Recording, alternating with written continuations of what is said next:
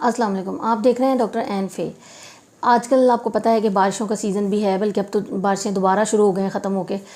Dengue का season है, मच्छरों का सीज़न है बहुत ज़्यादा, और डेंगू की वजह से आपको हर तरफ एक हॉट टॉपिक बना होता है जी, फ़लाने के प्लेटलेट्स कम हो गए, उसको पपीते का जूस दे दें, उसको पपीता खिला दें, सेब का जूस दे दें, चकोतरा खिला दें, संतरा खिला दें। मतलब मुख्तलिफ़ चीज़ों के बारे में हर बंदा मशवरा देता हुआ नज़र आता है। तो मैंने सोचा कि आज इस टॉपिक पे हम बात कर लें। तो सबसे पहले ये जानना ज़रूरी है कि हमारे जिस्म में कितनी तरह के सेल्स होते हैं, खून में किस तरह के सेल्स होते हैं और क्या क्या उनका काम होता है, और प्लेटलेट्स हैं क्या असल में। तो सबसे 3 तरह के खुलिये हमारे जिस्म में मौजूद होते हैं, 3 तरह के सेल्स, जिनमें सबसे पहले हमारे पास रेड ब्लड सेल्स हैं, सुर्ख खुलिये जिनको कह लेते हैं।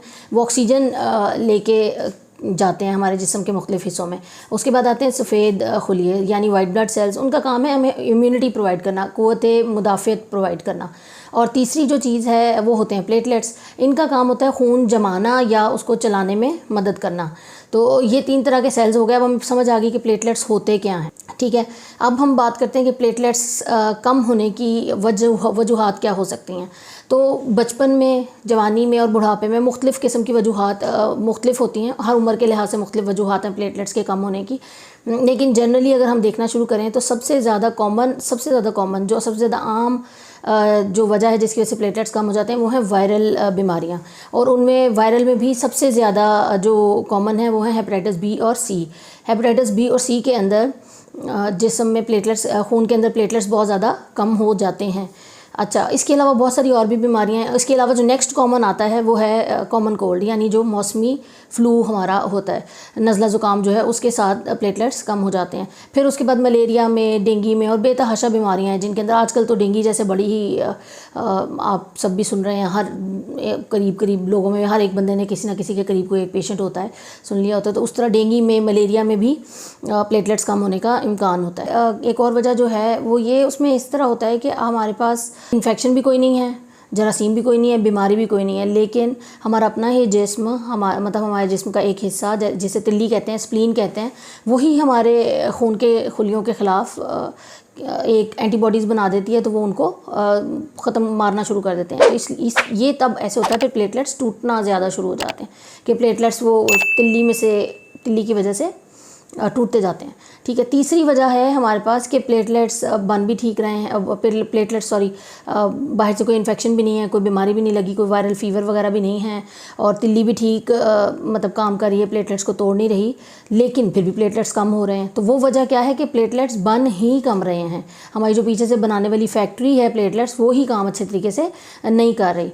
तो वो क्या है, बोन मैरो के अंदर जो हड्डियों का हमारा गूदा है वो काम करना थोड़ा कम कर देता है, जिसकी वजह से प्लेटलेट्स बनने कम हो जाते हैं। तो प्लेटलेट्स की तादाद जो है वो हमारे खून में कम हो जाती है। अब ये तो चीज़ें हो गई कि क्या वजूहात हो सकती हैं प्लेटलेट्स के कम होने की। इसके बाद हम ये देखते हैं कि इनकी तशख़ीस कैसे की जा सकती है, कि प्लेटलेट्स कम हैं तो इन मुख्तलिफ़ बीमारियों में किस तरीके से तशख़ीस होगी। तो जो पहली बीमारी है कि हमारे पास CBC, मतलब ये जो हमारे पास पहला सबसे वजह आती है कॉमन, जो हम पहले डिस्कस कर चुके हैं, कॉमन वजह हेपेटाइटिस बी वगैरह, हेपेटाइटिस बी, सी और ये डेंगू वगैरह। जो हेपेटाइटिस बी, सी के लिए सबसे पहले तो हम वायरल मार्कर्स कराएंगे, यानी हेपेटाइटिस बी और सी के टेस्ट करा लेंगे। तो वो वायरल हैं, उनसे पता चल जाएगा कि ये अगर हेपेटाइटिस बी, सी है तो हमें एक वजह पता चल जाएगी कि इसकी वजह से प्लेटलेट्स कम हो रहे हैं। और अगर डेंगू, मलेरिया और ये कॉमन कोल्ड और इन सारी वजूहात की वजह से कम हो रहा होगा, या ऐसे अलामात मरीज़ में पाई जा रही हैं, तो इनके लिए बहुत आसान सा टेस्ट है। आप सबको ही पता है, आजकल 90 रुपये में पाकिस्तान की किसी भी लेबॉर्ट्री से कराया जा सकता है। तो हम CBC करा लेंगे, उसके अंदर हमें अंदाज़ा हो जाएगा प्लेटलेट्स कम हो रहे हैं, और फिर आगे उसके लिए मज़ीद क्या स्टेप लेना चाहिए। और जो तीसरी वजह है जिसके अंदर ये जो स्प्लीन है, दूसरी वजह कि हम तिल्ली जो जब हमारे प्लेटलेट्स को तोड़ना शुरू कर देती है, तो उसके लिए क्या टेस्ट कराया जाए। उसके लिए खून में उन एंटीबॉडीज़ का लेवल चेक किया जा सकता है जो कि स्प्लीन प्लेटलेट्स के ख़िलाफ़ बना रही है, ताकि हमें पता चल जाए कि इतने ज़्यादा प्लेटलेट्स ने स्प्लीन ने एंटीबॉडीज़ बना दिए हैं, और वो एंटीबॉडीज़ जो हैं वो प्लेटलेट्स के अगेंस्ट काम कर रही हैं। तो उनका जितना लेवल ज़्यादा होगा उतना हमें आइडिया हो जाएगा कि इतना ज़्यादा नुकसान वो प्लेटलेट्स को कर रहे हैं। और तीसरी जो चीज़ है जिसकी तशख़ीस की जा सकती है, बोन मैरो में जो अगर हमें कोई ख़राबी महसूस हो तो उसकी तशख़ीस हम किस तरीके से कर सकते हैं कि बोन मैरो बायोप्सी की जा सकती है। ये थोड़ा सा कॉम्प्लिकेटेड सा टेस्ट और ये स्पेशल सेटिंग्स में होते हैं, इस तरह से नहीं होता, लेकिन फिर भी ये है कि अगर आपको कोई ख़राबी महसूस हो रही है सीबीसी में, कोई प्लेटलेट्स वगैरह या कुछ आपको पता चल रहा है कि प्लेटलेट्स कम है और उसकी कोई और वाज़ह वजह नहीं मिल रही, तो आपको इसको इग्नोर नहीं करना चाहिए। ज़रूरी है, हो सकता है कोई ब्लड कैंसर्स वगैरह जब होते हैं, बोन मैरो जब काम नहीं कर रहा होता अच्छे तरीके से, तो ब्लड कैंसर की तरफ भी पेशेंट जा रहा हो सकता है। तो अगर आपको नज़र आता है और कोई वाज़ह वजह नज़र नहीं आती, जैसे कि हेपेटाइटिस या कोई एंटीबॉडीज़ या कुछ वायरल मार्कर्स वगैरह, तो फिर हमें इमीडिएटली अपने डॉक्टर के पास जाना चाहिए ताकि उससे डिस्कस करें और वो कोई नेक्स्ट स्टेप्स आपको बताए कि कहीं और अर्ली डायग्नोसिस हो सके अगर खुदा ना खास्ता कोई कैंसर या कोई इस तरह की बीमारी है।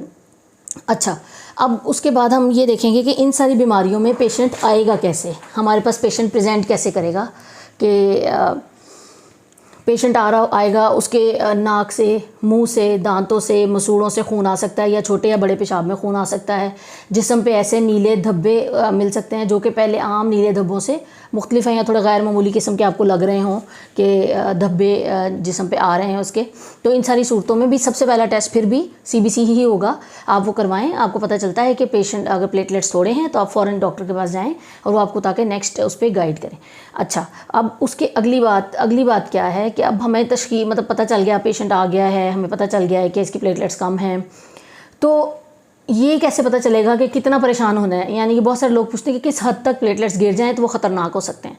तो उसमें जो लिटरेचर हमारा कहता है कि 30,000 से नीचे अगर चले जाएं प्लेटलेट्स तो वो ख़तरनाक हो सकते हैं, ख़ास तौर पर उन मरीज़ों में जो कि ब्लड प्रेशर के लिए खून पतला करने, दिल के लिए खून पतला करने वाली दवाइयों का इस्तेमाल करें, जैसा कि लोप्रिन हो गई, एस्प्रिन हो गई। हमारे यहाँ कुछ मरीज़ बहुत लंबे अरसे तक ले रहे होते हैं, तो ख़ासतौर उन मरीज़ों में एमरजेंसी इलाज की ज़रूरत पड़ सकती है।